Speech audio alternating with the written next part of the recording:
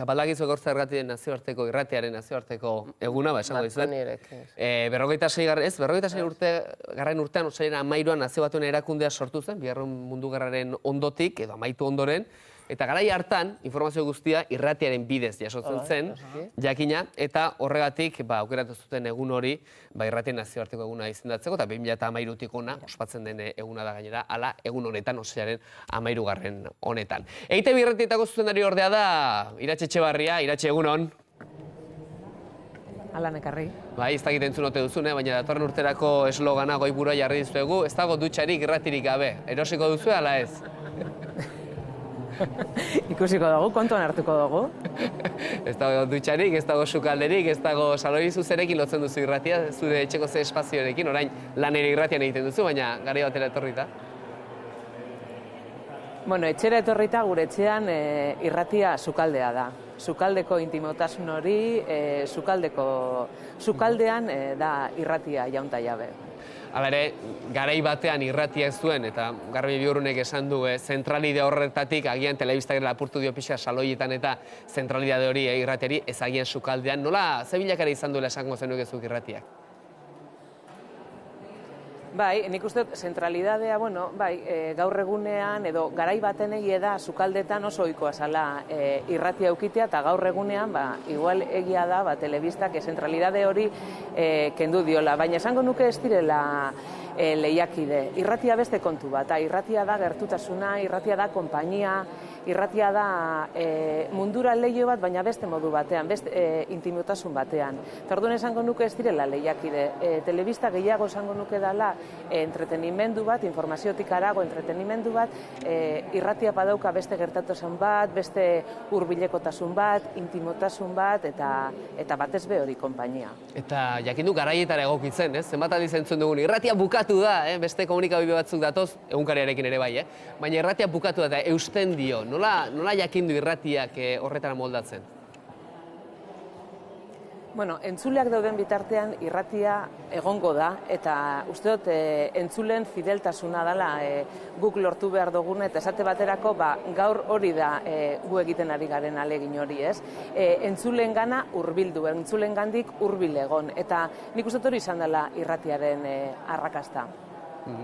Nolabait ere gaur anonimotasuna, irrati esatarearen anonimotasuna Manu Etxezortu ikusten ari naiz, orain zuzeneko pintxazo honetan, ez da oso anonimo Manu Etxezortu, deno bere aurpegia badukagulako, ez? Baina tabakalerara joan da, hori ere hausten ari zarete, ez da magia edo xarma hori irratiaren parte ere baote den oraindik.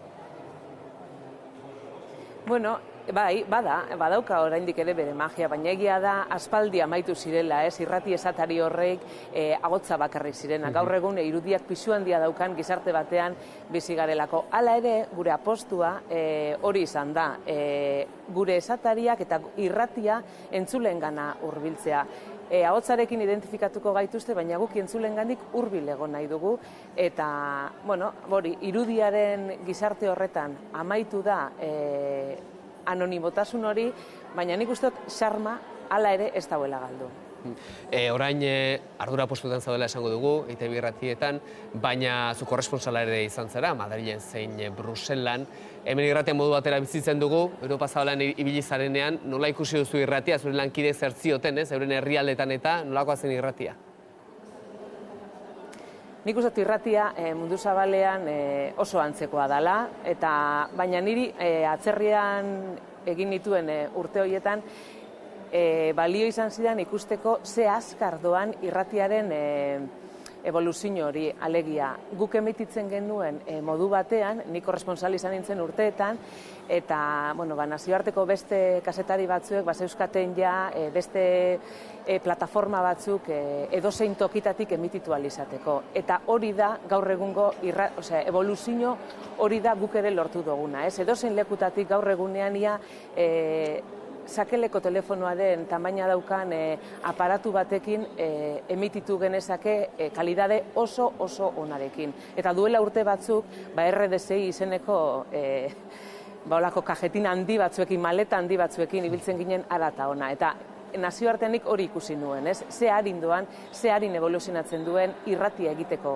modu horrek, eta ze erreza dan, eta gero eta errezagoa izango da irratia egitea. Bai, oso medio aldakorrak dira, ez? Telebista bai, baina irratia ere bai, ez? Nolako soinua zuen oindala 20 urte, edo zen nolako soinua daukan orain irratiak, eta Euskadi Irratia horretan gainera uste dut oso aitzindaria dela eta ahalegin handia egiten duela, zen nolako soinua duen Euskadi Irratiak ere orain entzutea, nola hasten zen lehen sintonian 30 urte txistu batekin eta orain zen nolako sintonia dauzkan, entzun besterik ez dago, ez? Euskadi Irratia. Gaurkoari lotuta eta bukatzeko Iratxe, faktoria egiten ari zarete, Tabakaleran eta jendearen aurrean, baina arratsaldeko programazioa ere bertatik, ala?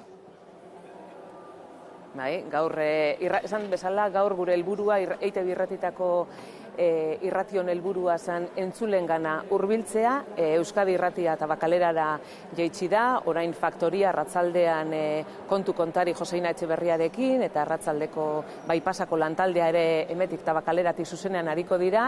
Radio Euskadi Donostiako Bulebarrera hurbildu da, goizeko 7 eskeroztik bertatik ari dira zuzenean. Radio Vitoriak bere estudioetako ateak zabaldu ditu, esan bezala gure helburua hori zedalako, ez? Entzulengandik hurbil egotea eta gure entzulei, harrera hori egitea. Aurten gainera, guretzako oso urte berezia da, batetik gazteak 30 urte betetzen dituelako eta ospakizun mundiala egin nahi dugulako gure kontu. Eta bestetik, EITB Euskal Kantak izeneko irratia martxan jarri dugulako, online entzuteko irratia da, baina aurten, egun hauetan, dividendo digitalaren eta telebistako kanalak resintonizatu behar diren horretan, esan behar da, telebista bidez ere, TDT bidez ere entzuteko aukera daukagula, orduen aurtengo irratiaren eguna benetan berezia da EITBko irrationtzako. Sondo, bat egiten dugu, zuen egun berezia honekin, gaurko kafeak, zuzendaritzaren kontura, hori horrela izaten da Iratxe. Eskerrik asko, ondo ibili, ondo basa eguna.